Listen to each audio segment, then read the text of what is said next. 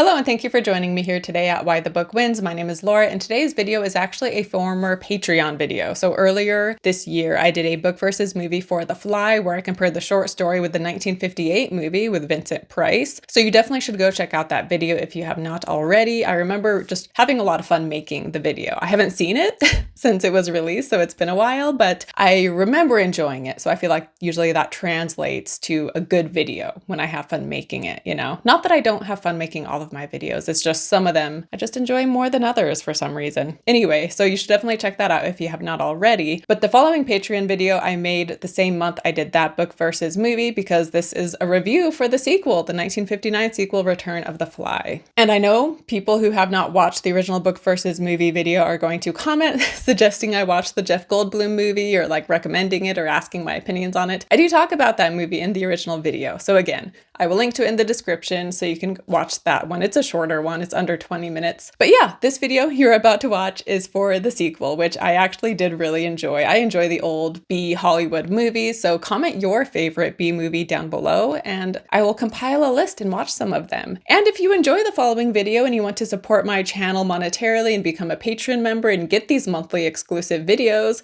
you cannot because I canceled my Patreon in October. I started a new job, and so just the stress of having a new job was just a lot going on. And so I decided to cancel Patreon. That way I wouldn't have that weighing on me, you know. I also wasn't making a ton of money from it, but I am super thankful to the members I had. So I really appreciate the people who supported me through there. But yeah, ultimately I had to cancel that. So if you do want to support my channel monetarily, you can always hit that thanks button and make a donation. But as always, simply watching these videos supports my channel and I appreciate it a lot. And, you know, liking, subscribing, sharing my videos, all of that helps and it means a lot to me. So without further ado, on to my 1959 Return of the Fly review. Hello patrons and welcome to this month's second Patreon video. So I did a video for the sequel to Drive earlier this month, the book sequel called Driven by James Salas. So if you want to check that one out, if you have not already. But that video was pretty short. It was like 6 minutes or something. And I felt bad for how short it was. So I wanted to do a second video to make up for that. So today I'm talking about Return of the Fly from 1959, directed by Edward Burns.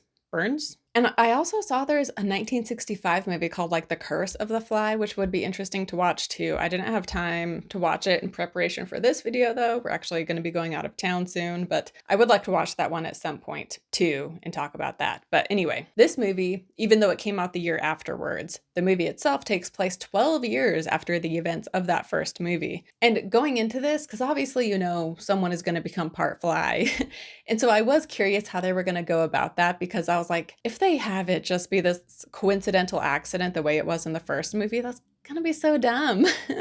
So I was curious to see how they would tackle that aspect of the movie, but I will be getting into spoilers as this video goes on. But for now, to keep it spoiler free, I will just say that I really enjoyed this movie actually. I didn't like it as much as The Fly, but I had a lot of fun with it and I would definitely recommend it if you enjoyed the first one. And we do have a few scenes that are pretty weird and creepy and are surprisingly effective considering the time, which I shouldn't say like surprisingly effective because I do think older movies can be legitimately weird and creepy and scary. It doesn't have to be these modern movies. So that's not fair for me to say it was surprising, but regardless, I would recommend this one. You should definitely check it out, especially if you enjoyed the first. We do have Vincent Price in this one as well, but everyone else, it's a brand new cast. And yeah, to get right into spoilers, so this movie begins with the death of Helene, and he says that she died because she was haunted by the visions of what she had seen 12 years prior. That is actually very much like the short story, because in the short story, by the end, Helene has committed suicide because she's just haunted by the images of her husband who became part fly. And so the end of the first movie, it makes it seem like she's totally fine. And I was like, wow, like that's unrealistic.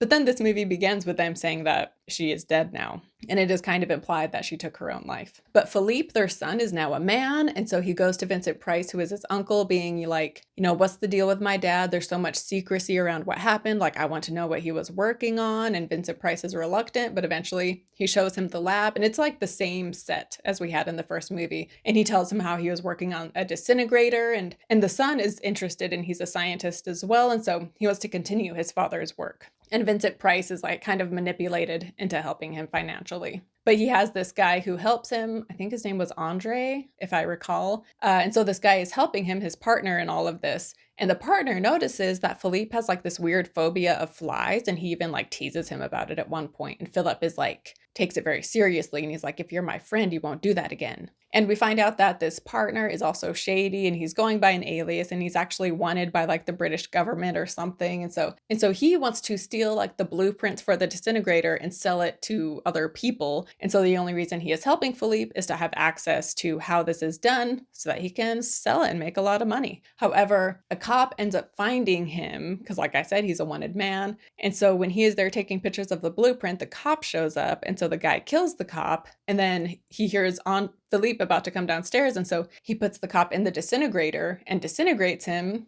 Philippe comes in, they talk, whatever, Philippe leaves again, and then the guy brings the cop back out of the disintegrator, but they'd had a mouse that they'd sent in there and hadn't brought it out yet. And so when he brought back the cop, he mixed with the mouse, and so he comes out with these huge mouse hands and feet, and then the mouse appears with human hands, which I thought this was really well done. Like, I'm laughing as I talk about it because it is just so ridiculous, but I thought it was really well done. And he ends up smashing the poor mouse with its giant human hands, but he ends up getting rid of the body. However, when he returns, Philippe knows something is up, and so he and Philippe have a fight, and he knocks Philippe out, and he puts Philippe in the disintegrator. And because he knows Philippe doesn't like flies, he purposefully gets a fly and puts it in there with Philippe. So I thought this was well done because, like I said, if it was just like coincidence, that was going to seem so silly to have it be a coincidence yet again. So I did like that. It was intentional in this version. But yeah, so the Andre guy, I think that was his name, he runs off. Vincent Price gets Philippe back from the disintegrator, and when he shows up, he is part fly. And then,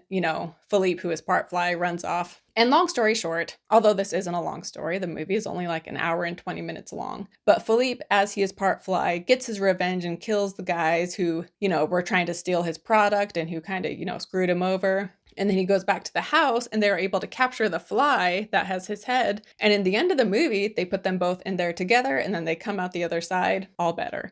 So this movie does have a happier ending than the first one, because obviously in the first movie, he ends up killing himself because he can't find the fly. So in this one, it ends much happier. And yeah, it is from 1959, so it does have some of those cheesy B-movie moments in it.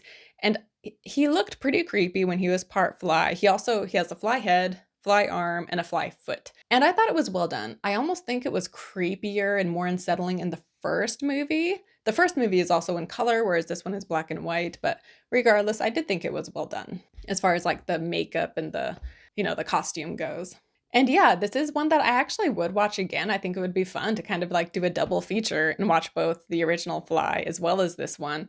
And I definitely do want to watch that one from 1965, like I said. So at some point I will watch that. If I have enough to say about it, I'll make a video for it. Otherwise, maybe I'll just mention it in a wrap up, or if you follow me on Letterboxd, I'll rate it and review it there. But yeah, I really enjoyed this one and I would highly recommend it. And I guess that wraps it up for my thoughts on Return of the Fly. Let me know if you guys have watched this movie and what you think of it. And thank you again so much for being patrons and for donating every month to my channel. It means so much to me. I know I say that every time, but I do sincerely mean it. I'm so appreciative and so grateful. And I hope you guys enjoy these videos I am releasing. And I will see you next time. Bye.